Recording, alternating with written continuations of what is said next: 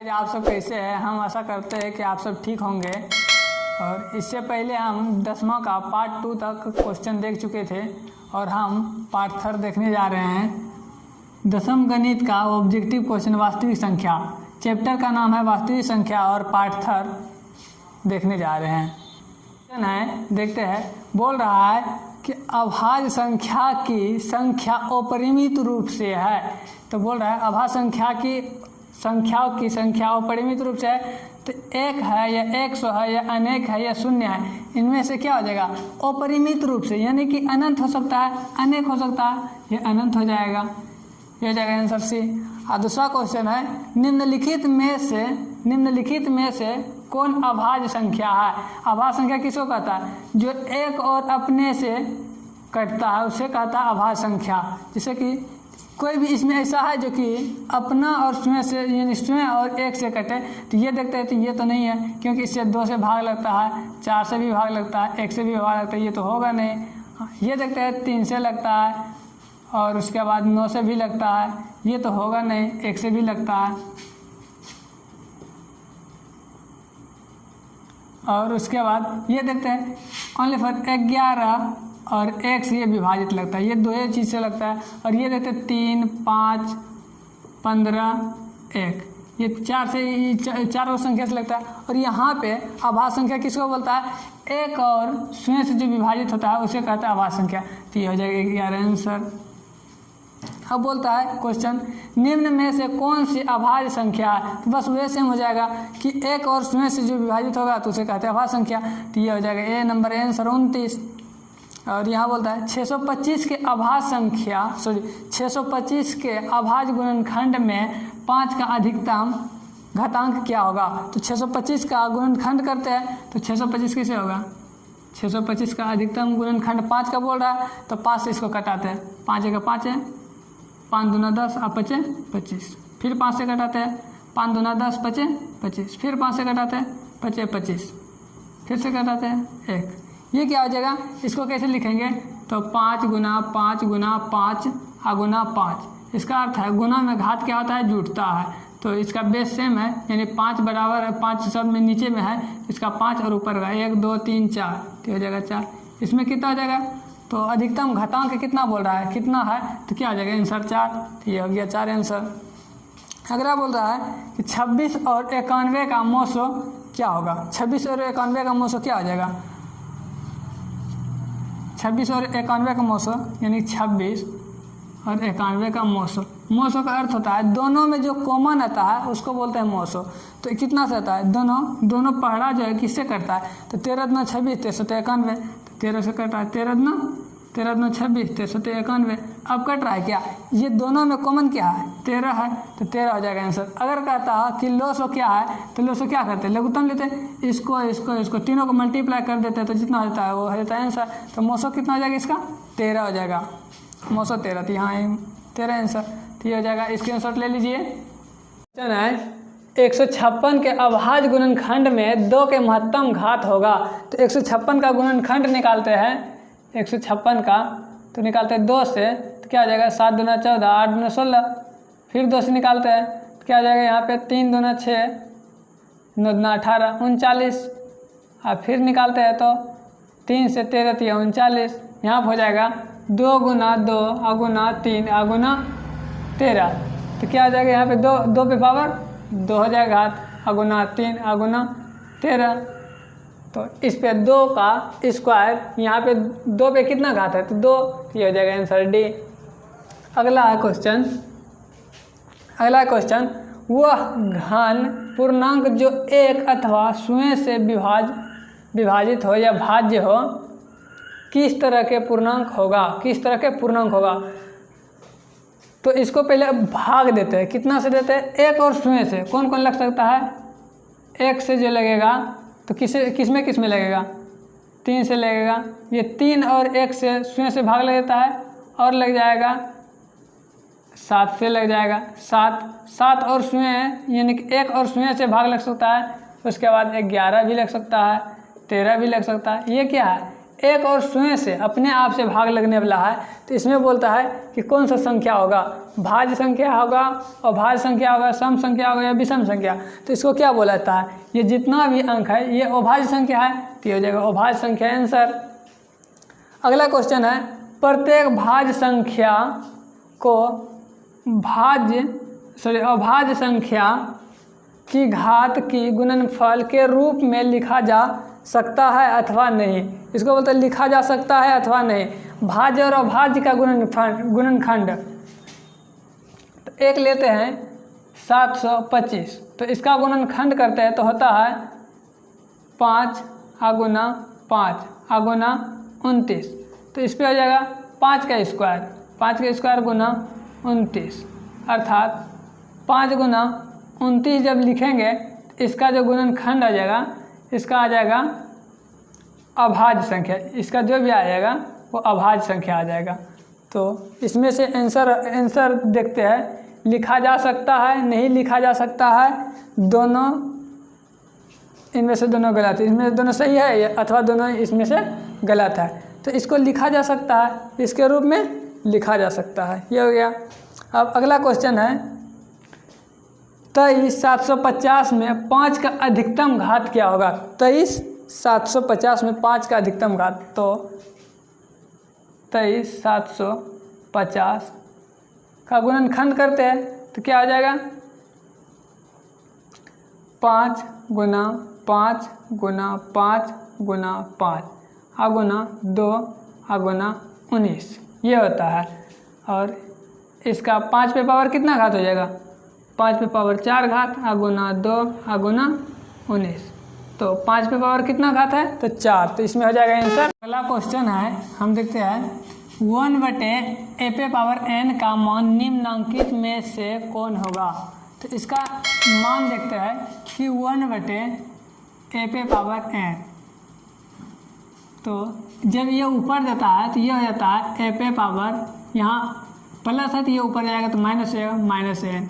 हम जिसे हम देखते हैं कि 10 पे पावर 1/10 पे पावर 2 है, तो जैसे ऊपर करते हैं ना तो इसको क्या कर देते हैं 10 पे पावर -2।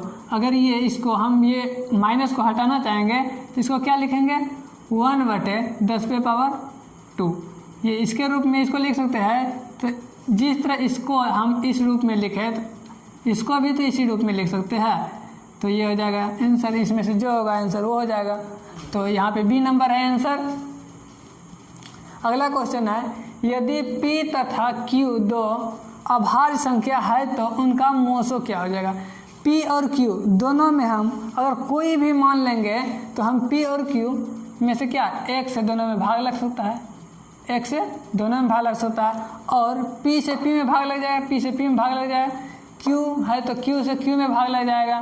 तो इसका मोसो क्या हो जाएगा, मोसो हो जाएगा 1, ये हो जाएगा आंसर 1। तो इसमें से जो होगा 1 तो हो जाएगा, यहाँ डी नंबर है आंसर। अगला क्वेश्चन है, a + √b का परिमयकारी गुणक है। तो ये जितना ये प्लस में है इसको माइनस से मल्टीप्लाई कर देते हैं, माइनस से इसमें मल्टीप्लाई कर देते हैं। तो जगह नहीं है तो यहाँ पे हम लिखते हैं a + √b, इसमें करते हैं चिन्ह, यहाँ जो साइन जो है साइन चिन्ह, तो इसको चेंज करके इधर मल्टीप्लाई करते हैं a -√b, क्योंकि यहाँ पे बोल दिया है परिमयकारी है, यानी इसका परिमयकरण बोल रहा है करने के लिए, तो परिमयकरण करते हैं इसका। तो a + b into a - b, इसका सूत्र होता है a² - b²। अगर हम ये स्क्वायर माइनस बी स्क्वायर बराबर सूत्र होता है तो हम क्या करते हैं, इस पे स्क्वायर ए पे स्क्वायर कर दिए और बी पे स्क्वायर प्लस बी स्क्वायर, तो √b का स्क्वायर। तो ये स्क्वायर और रूट खत्म हो गया, तो क्या हो जाएगा आंसर a + b। तो जो होगा आंसर है वो हो जाएगा। इसमें से देखते हैं कौन सा होगा, a - √b, a भागा √b, a + √b, इनमें से कोई नहीं। तो इनमें से क्या आ जाएगा आंसर, ये इनमें से कोई नहीं। अगला क्वेश्चन है, अगला क्वेश्चन है, यदि a plus B under root B बराबर c plus under root D तो a और c का क्या संबंध है? a और c का क्या संबंध है? तो यहाँ पे क्या करते हैं, a plus under root B बराबर c plus under root D, ये है। तो इसको हम वह करते हैं, ये a के बराबर हम c लिखते हैं, a बराबर c और b के बराबर d, अंडर रूट b बराबर अंडर रूट d। तो ये अधिक से अधिक हो सकता है, तो इसको इस साइड लेके जाएंगे, इसको इस साइड लेके आएंगे, तो a क्या हो जाएगा, a बराबर हो जाएगा a माइनस c हो जाएगा, और इसको उस साइड लेके जाएंगे तो रूट मिलाकर तो क्या हो जाएगा, under root d minus under root b। इसका अर्थ है कि a से छोटा हो जाएगा c और d से छोटा हो जाएगा b। इसमें यहाँ पे a से छोटा आ जाएगा d, इसको बराबर हम देते हैं c, यहाँ पे इसको लिख देते हैं कि d बड़ा होगा b से, d बड़ा होगा b से। इसमें से कौन सा आंसर, d बड़ा होगा b से, इसमें से कोई नहीं है यहाँ पे। अब d बड़ा हो गया b से, तो यहाँ तो a भी बड़ा हो जाएगा c से, a भी बड़ा होगा c से। यहाँ पे कहाँ पे आंसर, a बड़ा होगा c से, ये हो जाएगा c नंबर आंसर। और अगला क्वेश्चन है 3 पे पावर क्यूब इंटू 2 इंटू 5 और 3 स्क्वायर इंटू 2 स्क्वायर इंटू 5 का मोसो क्या होगा? तो इसमें से जो कॉमन आ जाएगा वो हो जाएगा आंसर। तो इसमें से 3 पे पावर क्यू है, 3 पे पावर स्क्वायर है, तो इसमें से 2 कॉमन आ जा रहा है, तो 3 पे पावर स्क्वायर, ये हो गया कॉमन।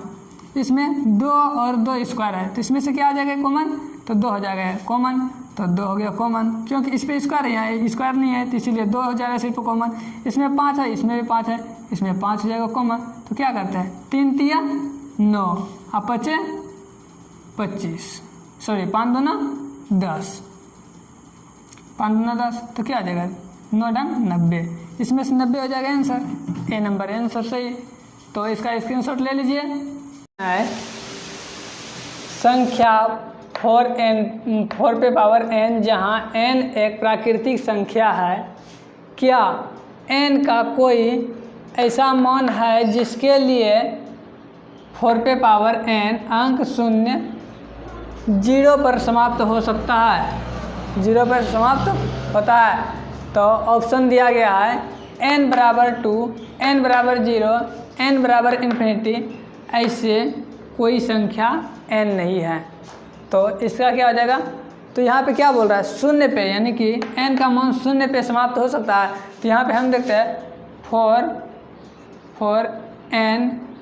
n का मान यहाँ पे दिया हुआ है 0, n का मान 0 दिया है, तो 4 पे पावर n का मान, इसका अर्थ हुआ 0, और 0 का मान हम जानते हैं कितना होता है, 1 होता है। तो क्या इसमें से कोई 1 है, तो इसमें से कोई 1 नहीं है, तो इनमें से कोई नहीं होगा, आंसर डी नंबर हो जाएगा।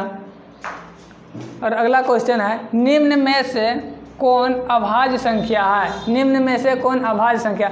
अभाज्य संख्या इससे पहले भी देखे हैं कि बोला जाता है कि एक और उसमें से जो विभाजित होता है तो उसे अभाज्य संख्या कहते हैं। तो इनमें से कौन होगा, 15 जो होता है 3, 5 और 1 से सबसे विभाजित होता है। ये जो होता है सिर्फ 23 जो है 1 और 23 से सिर्फ विभाजित होगा, तो इसमें से बी नंबर हो जाएगा आंसर। ये 12 जो है 2 से भी हो जाएगा, 3 से भी हो जाएगा, 4 से भी हो जाएगा, ये सब ये तो अभाज्य संख्या है ही नहीं। और 75 भी नहीं है अभाज्य संख्या, तो इनमें से आंसर हो जाएगा बी। अगला क्वेश्चन है, यदि 65 तथा 117 का मोसो 65 मीटर 65 m है और माइनस 117 m है, 117 के रूप में है, तो m का मान ज्ञात करें। 117 के रूप में है तो m का मान ज्ञात करें। तो इसको कैसे देखते हैं, यहाँ पे 65 और 117 का मोसो निकालते हैं, तो इसका आता है 13, 13 × 5 = 65, 13 में 17 से इसका मोसो कितना होता है 13। तो हम इसमें देखते हैं कि मेरा इसमें से कितना से मल्टीप्लाई कर दिया जाए, जो कि 13,900। तो m यहाँ पे 65, यहाँ पे क्या करते हैं, इसमें अगर 2 से गुना करते हैं और 117 है, यहाँ पे क्या करते हैं 130 कोमा 117। इसका अगर हम 900 निकालते हैं तो इसका निकलता है 13, और 13 इसमें कितना से मल्टीप्लाई करने के बाद 13 आया है, तो 2 से। तो इनमें से क्या हो जाएगा आंसर 2। अगला है क्वेश्चन, वृत्ताकार पथ पर 3 धावक एक ही स्थान से दौड़ना प्रारंभ करते हैं, तो एक चक्कर लगाने में क्रमशः 1 घंटा, 3 घंटा और 5 घंटा का समय लेता है। तो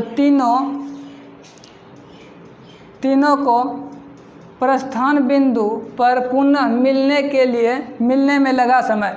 तो एक मान के चलते वृत्ताकार पथ है और इस पे से क्या करता है, यहाँ से 3 धावक दौड़ना स्टार्ट करता है।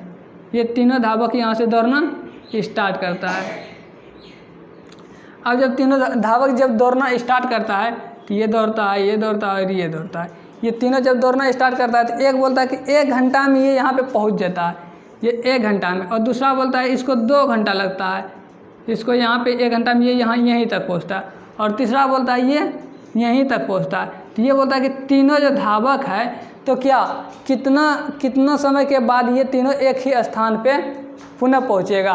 तो इसका क्या करेंगे, तीनों का हम एलसीएम ले लेंगे तो तीनों का आंसर निकल जाएगा। ये तीनों एक ही स्थान पे पहुँच जाएगा। तो कितना है 1, 3 और 5। तो इसका एलसीएम कितना हो जाएगा, एलसीएम तो कुछ नहीं आता है, तो इस एलसीएम नहीं आता तो इसको क्या करेंगे, डायरेक्ट मल्टीप्लाई कर देंगे।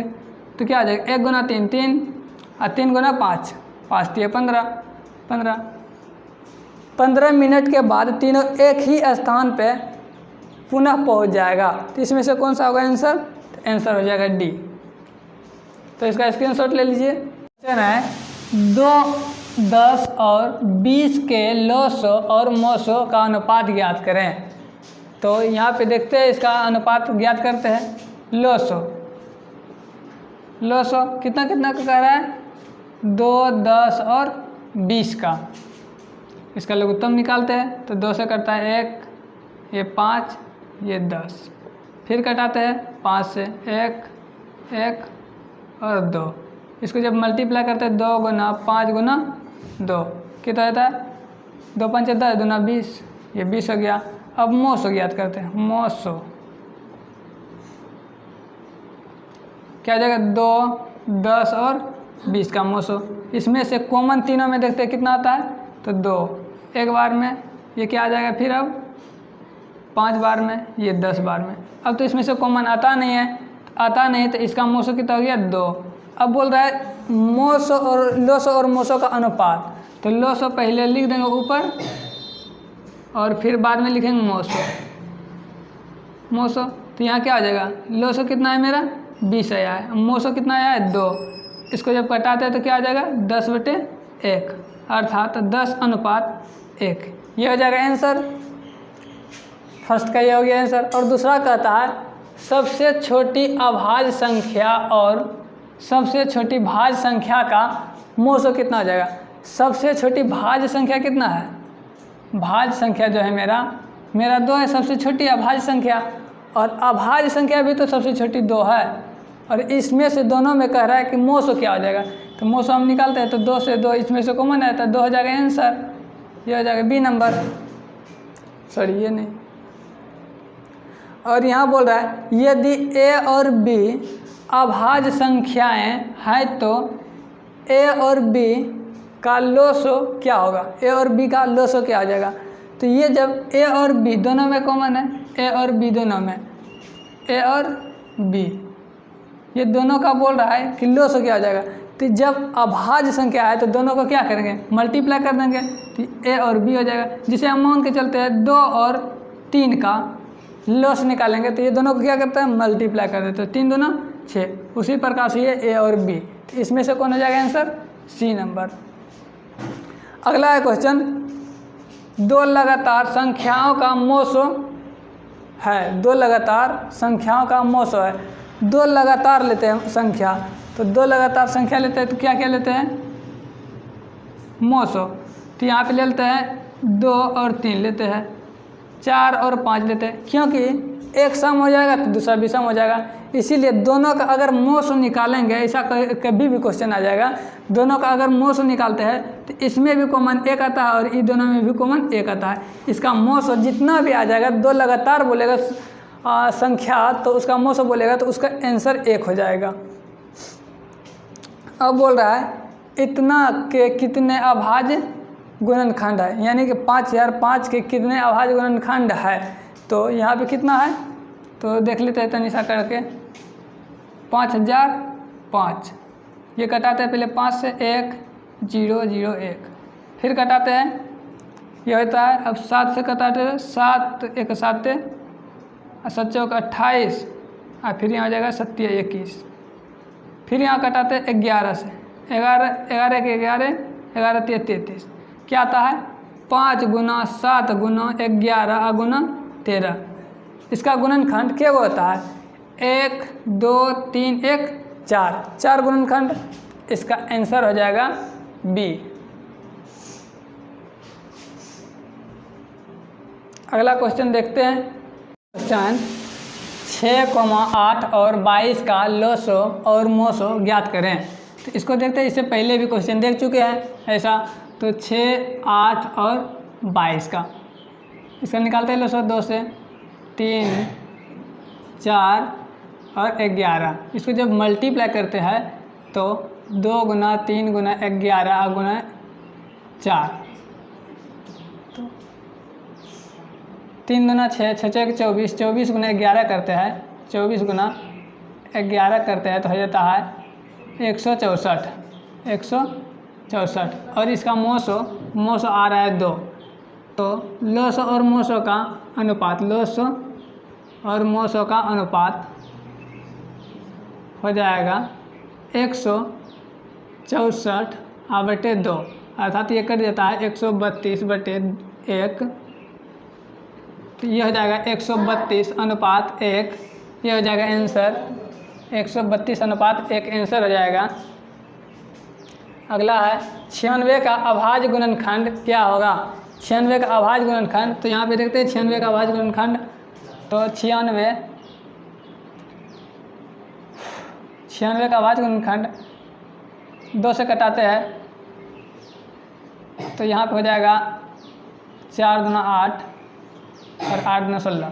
फिर 2 से कटाते हैं तो क्या हो जाएगा यहाँ पे 2 4, फिर 24 को कटाते हैं 2 से तो 12, फिर 3 से कटाते हैं तो 4, फिर 2 से कटाते हैं 2। इसका अर्थ हो गया 2 गुना 2, यानी 2 है 5 गो और गुना उसके बाद 3 है 1 गो, तो 3 कर देंगे, अर्थात 2 पे पावर 5 और 3, इसमें से जो भी होगा आंसर वो हो जाएगा, अर्थात सी नंबर आंसर। अगला कहता है 2 परिमेय संख्या के बीच अधिकतम कितनी परिमेय संख्या हो सकती है। 2 परिमेय संख्या के बीच अधिकतम कितनी परिमेय संख्या हो सकती है। तो 2 कुछ भी परिमेय संख्या तो कुछ भी हो सकता है, और जब उसका अधिकतम परिमेय संख्या पूछेगा तो अनंत हो जाएगा। अगला है क्वेश्चन, यदि 2 संख्याओं का गुणनफल 2166 है एवं उनका मोसो 19 है तो उसका लोसो क्या हो जाएगा। अर्थात लोसो पूछ रहा है, यहाँ पे 2 संख्याओं का गुणनफल यहाँ पे होता है इसका सूत्र, पहली संख्या गुना दूसरी संख्या बराबर एलसीएम गुना HCF। यहाँ पे हो जाएगा, यहाँ पे दिया हुआ है 2 संख्या का गुणनफल, 2 संख्या का गुणनफल 2166, और यहाँ पे दिया है कि उसका मोसो यानी मोसो अर्थात HCF 19 दिया है, 19 इसको बटे में कर देंगे, अब बराबर यहाँ हो जाएगा LCM। तो इसको जब कटाते हैं तो आता है मेरा, इसमें से 101 बार में 19 3, यहाँ पे 36, 19 एक बार में, फिर 4 बार में, अर्थात 144। इनमें से कोई नहीं होगा आंसर, ऑप्शन ही इसमें गलत है। तो एक देते हैं, एक ऑप्शन 144। तो ये हो जाएगा आंसर 144। अर्थात ऑप्शन इसमें नहीं था तो इसीलिए हम 144 एगो को बना दिए, तो ये हो जाएगा।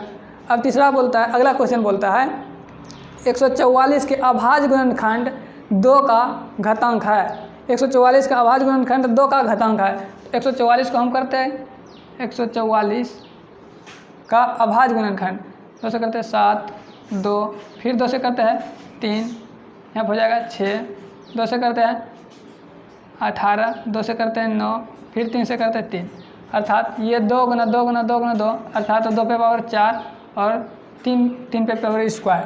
तो इनमें से यहाँ बोल रहा है 2 का घातांक है, कितना है 2 का घातांक 4 है, तो इनमें से हो जाएगा 4 आंसर, ये ऑप्शन नंबर सी। अगला है क्वेश्चन 47 से 379 में भाग देने पर यदि शेष 3 बचे तो शेषफल क्या होगा। अर्थात यहाँ पे कितना से बोल रहा है 47 से भाग देते किस में 379 में, अब भाग देते हैं तो शेषफल कितना बचता है 3, अर्थात ये कितना बार में कटेगा जो आएगा 8 बार में इसको अगर कटाते हैं तो 376 आता है, तो ये हो जाएगा आंसर 8। इनमें से जो होगा ऑप्शन वो हो जाएगा ऑप्शन नंबर बी। तो स्क्रीनशॉट ले। अगर आपको ये वीडियो अच्छा लगे तो लाइक शेयर और सब्सक्राइब जरूर करें। अगर कहीं भी इस क्वेश्चन में दिक्कत होता है तो आप कमेंट बॉक्स में कमेंट करें और उसका हम रिप्लाई ज़रूर देंगे।